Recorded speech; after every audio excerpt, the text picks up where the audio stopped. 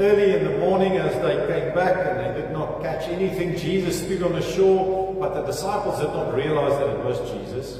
And he called out to them, "Oi, friends, haven't you any fish?" You think Jesus knew?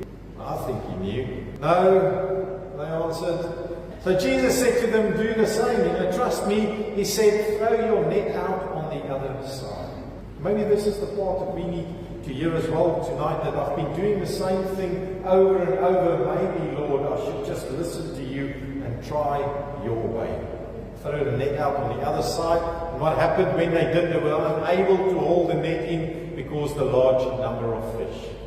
Then the disciple whom Jesus loved, this is now John that's writing here, he said to Peter, "It's the Lord." He wrapped his outer garment around him and he jumped into, and when you read through that part, he swam a good 100 meters to shore.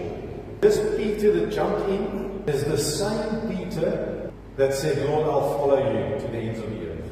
It's also the same Peter that fell asleep in the Garden of Gethsemane. It's the same Peter that a little while later, they were at the high priest and sitting around the fire early morning, people said, "Hey, aren't you one of his disciples?" He said, "No, I'm not." Not once, not twice did he deny Jesus, 3 times.